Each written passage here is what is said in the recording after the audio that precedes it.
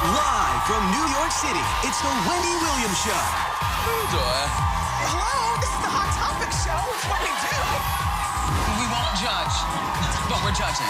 It's going to be juicy.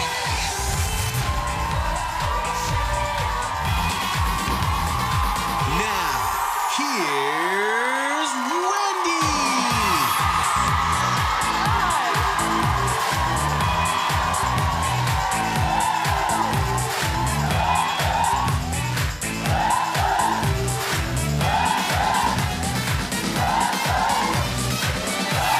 You're the one. Thank you so much for watching our show. Let's say hello to my co-host, my studio audience. Gorgeous. How you doing? I'm doing okay today. Let's get started. It's time for... Yes.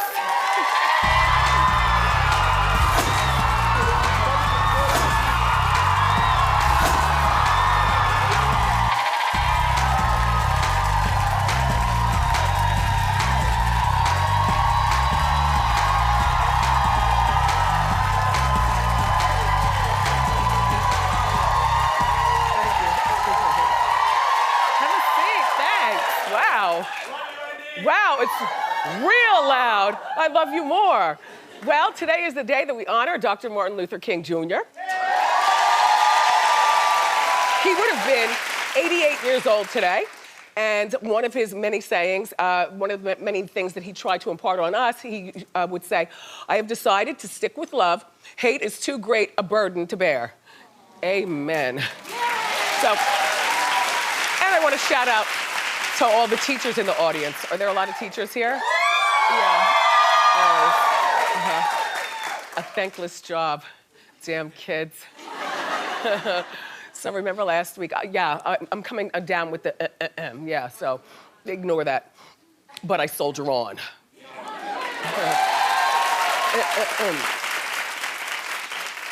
Remember last week we were talking about Ciara's husband, Russell Wilson, had a big playoff game on Saturday night, and we were wondering whether Future, her baby's father, would have shown up.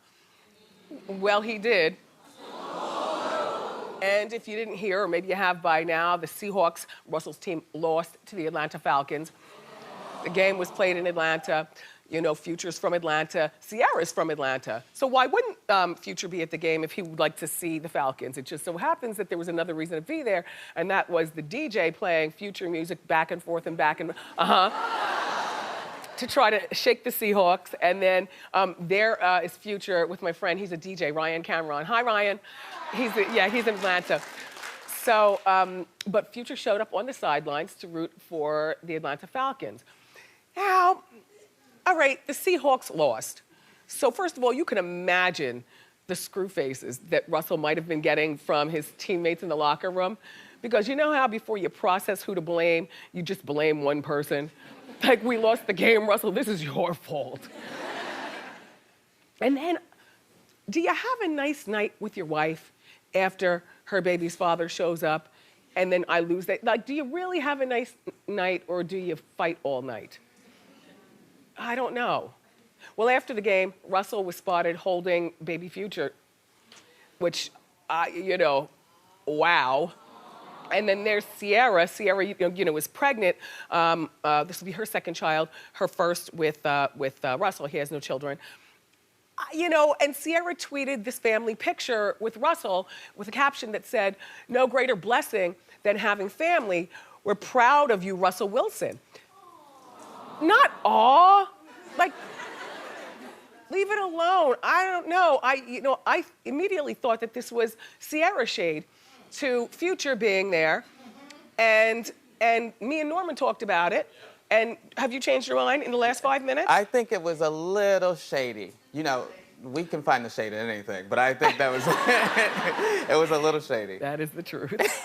I know that Ciara's got a lot of followers and everything. I just think this might have been the one time where she would have just stayed off social media and also maybe even kept Future Jr. at home. Why was he even there? I mean, okay, he's cute, but he won't remember this. You know what I mean? He's not gonna remember it. Why did they leave him with the babysitter? Because, you know, now that Russell lost the game, okay, there will be no more games this season, so this is the last game of the season. All right, so Future missed that one, but he's seen so many other games, and there's always next season. Number one. Number two, Future, Senior, if you're in town, how come this is not like a Father-Son Day where you're taking Future Junior to the game with you?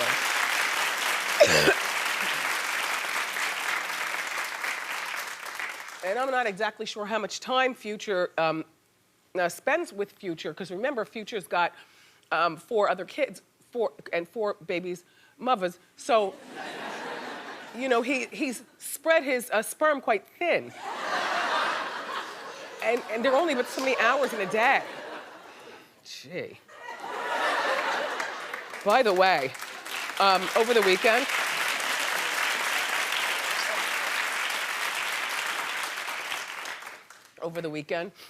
on account of I had a lot of time to watch TV, in the bed, the magazines all around, a good gassed up computer, batteries in the remote. I was in my heaven. Plus, you know, it's great when you have kids and they're able to do stuff for you. Can you please make me another cup of tea? So I discovered a celebrity lookalike. Now look, just follow what I'm saying before I show you the picture. Nancy Grace and Megyn Kelly look alike. The receipts, please.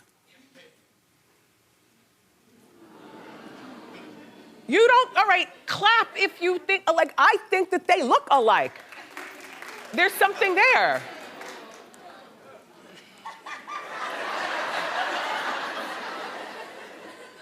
Whatever you are. Have you heard this new stuff about Robin Thicke? Ugh, gosh, well, apparently, all right, Robin was married to Paula Patton, and they were married for 10 years, and they have 1 child, a 6-year-old son. His name is Julian. Paula is alleging that Robin spanks and punches their 6-year-old when the boy is visiting his father, Robin. Paula is also alleging that Robin drinks and uses drugs around him. Robin is denying all this abuse allegations. Now, you know, first of all, the divorce has been finalized for a moment now. And they've both moved on with their lives. And I thought that the co-parenting was going pretty well with them. Paula, if these things happening when you guys were trying to figure out custody and stuff? I don't know. Anyway, Paula's claiming that he just gets angry because, Robin is claiming that Paula is angry because Paula was banned from attending Alan Thicke's funeral, Robin's father. Now remember, Alan passed away suddenly, so this was not something that anybody could think of. Robin has been dating some young girl for a moment now. She's only like 20 years old, and I'm not exaggerating. She's 20, at best 21. So Robin has a new girlfriend. And so maybe he didn't want Paula there. I mean, Paula was Alan Thicke's daughter-in-law, but maybe Robin didn't particularly care for Paula. And yeah, you can ban people from funerals or just lock the door, you know, or have, you know, some sort of security set up, you know, at the front door and say, see this woman? She's not allowed in here. Something like that. I feel like when you're grieving, when you go through something, especially so sudden as your, father passing away, all of a sudden, the person that you want with you is the person who is most comforting to you, and that would be his new girlfriend, not Paula Patton. And then the other thing is that, the focus of, the funeral is not Paula being irate, because now she's called him, a druggie around the kid and punching, which, I don't know about punching, but I do believe in spanking kids. And 6 is about the perfect age. Perfect.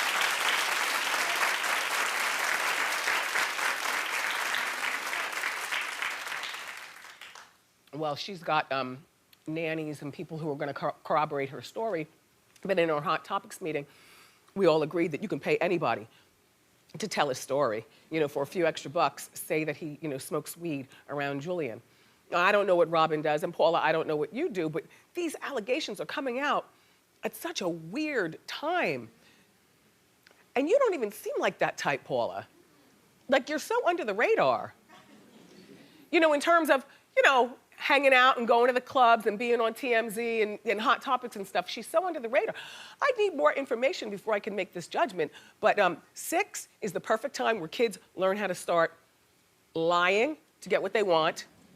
You know, Julian saying something just that he can play Nintendo all weekend or whatever the promise would be, you know, from mom. And also exaggerating maybe what his father has done to him. I mean, one more thing is that Paula had asked, allegedly, the little boy, show me on me how daddy does it.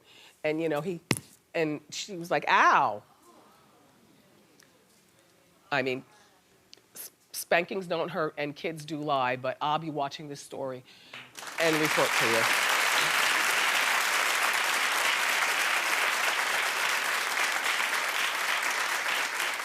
They're not even supposed to be called spankings. As a matter of fact, I didn't use the spank word with young Kev. A tap.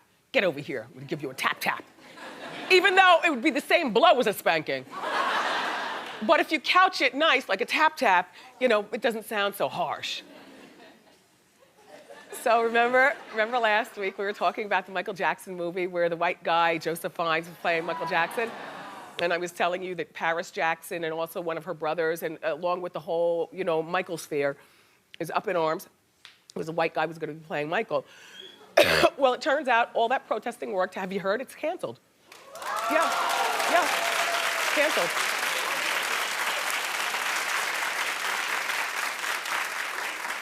A good piece of comedy that we'll never see. Thanks. It was done in the vein of comedy, but the network over in England, the executives pulled the episode after Michael's daughter and other people protested. So I guess, you know, protesting does work. Nobody would want their father to be portrayed like that, you know. However, are you busy on Friday? I've got something for you. Friday night on Lifetime. Well, no. This past Friday on Lifetime. Yeah. Oh, it's not coming on yet? Not yet. All right, well, we'll have to wait. On Friday, Lifetime revealed that they have a movie coming up. It's in the works about Michael Jackson's final days. The movie will be using a Michael Jackson impersonator, not an actor, an impersonator named Navi to play Michael. Now, see, this is worse than Ray Fiennes. What is going on? Well, so this guy is black. He's from Trinidad, and he's never acted that we know of. He's an impersonator. Michael liked him when Michael was alive because Michael took a picture of him. We couldn't find it anywhere on the gram, but, you know, Michael took a picture with him. So this is going to be a respectful Michael Jackson movie. So if you're looking for the seediness in the story, you're not. I want the real story, okay?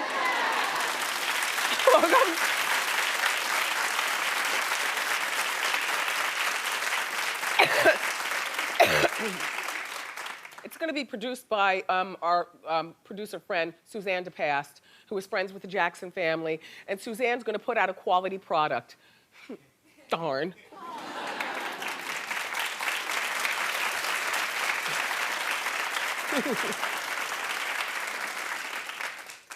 Hey, Suze.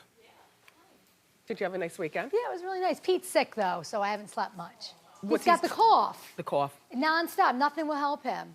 I've been up 2 nights in a row with him. And so he's home today? Mm-hmm. Well, they're off, so that's good. But yeah, I'm trying everything. Nothing's working. 4 people here are off today. Yep, I know. Everyone's sickness is going around. Well, I know that you're watching from the bed. You see who showed up and she's still sick? Yeah! You see who's here?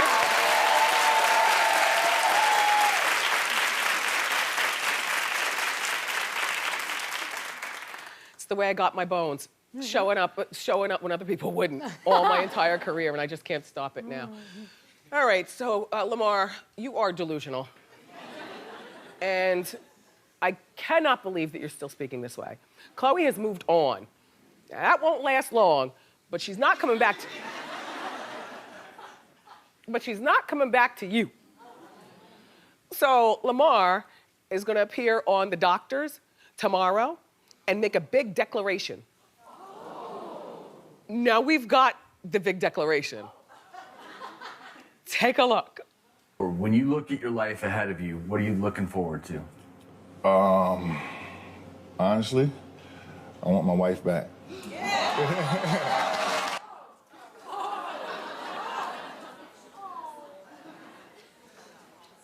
I don't feel bad for him. In and out of rehab, cheating, stomping on that girl's heart, embarrassing her in front of the press. And I know there are two sides to every story, but Lamar, she's not, you seem stalkerish now. You really do, you a little stalkerish. Like, why don't you go on with your life and make another life for yourself?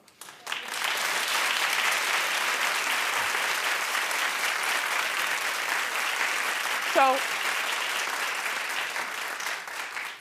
and then Chloe appeared on Access Hollywood, and here's what she says, Lamar. You're in love. I'm in love. You've posted this is love for real this time with Tristan. Tell me about Tristan. Tristan is pretty awesome. You're making me blush. I don't know. What do you want to know? How do you know it's the real deal this time? You just feel it. I don't know. So,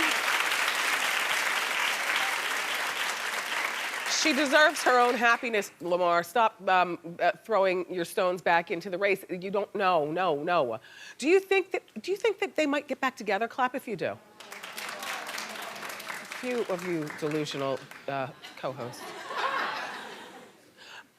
Okay, so Chloe has moved on to this guy, Tristan. Tristan plays for the Cleveland Cavaliers, and as you know, we've heard, allegedly, the basketball wives and girlfriends don't like Chloe. So they shade her, allegedly. And now, as you also know, Tristan just had a baby with a very beautiful girl about a month ago. Now, for anybody who has a baby, you understand how all of a sudden, everybody turns into woo, woo, woo moment, even over the worst fights that you've ever been in. When you see that head crown and holding that baby in that ugly pink and white and blue blanket, and you're looking, and then he's looking. Chloe, this relationship is not gonna last. I don't know what you, look, he's got a brand new baby. He's gonna be seeing this girl all the time, and she looks like she's gonna snap back. Quickly. Oh my God. And just remember this, Chloe, at 8 o'clock at night, when she calls Tristan, because the baby might be colicky, and she's a first-time mother and doesn't exactly know what that is. And she calls him, but he's laying in your arms, but the baby counts more than you. So, he pulls on his basketball shorts. No underwear, of course. Men are so nasty. Pulls on his basketball shorts, forgets his shirt, jumps in his Ferrari, and races over to her house. The baby is, in fact, doing a little something, but the baby's fine. And she says, would you like a glass of wine? Maybe you should stay here for a moment, just to, let's wait for the baby to go to sleep. So he rubs the baby's back first while she's sitting, sexily. And then he sits down, and then she stands up, pooching her booty out. And squeezing her boobs together. Rubs the baby's back. Next thing you know, it's midnight. Chloe's busy blowing up the phone, and he's putting it to send, or, vibrate or whatever. Chloe, it's gonna drive you crazy, girl. This is not gonna last, Lamar, but she doesn't want you. That's it.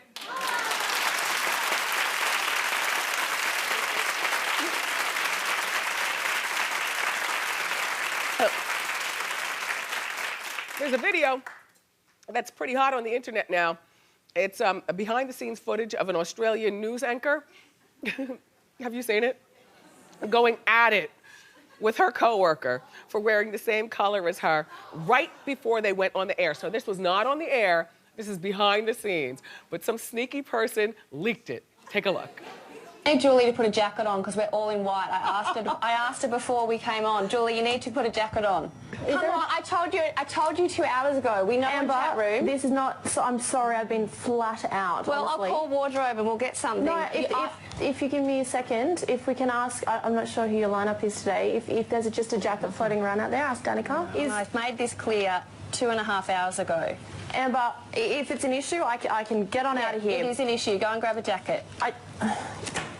Jenny, someone able to grab me a jacket, please?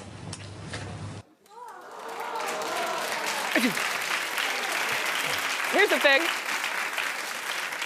Why doesn't she have to change?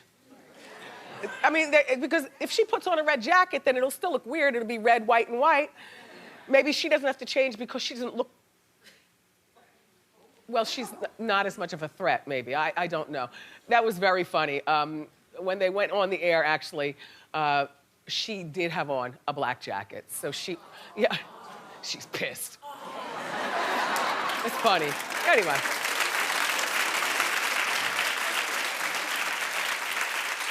Shout out to the cast of Hidden Figures.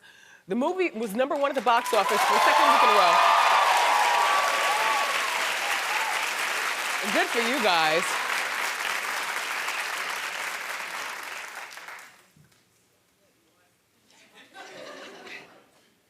We've got more great show for you, everybody.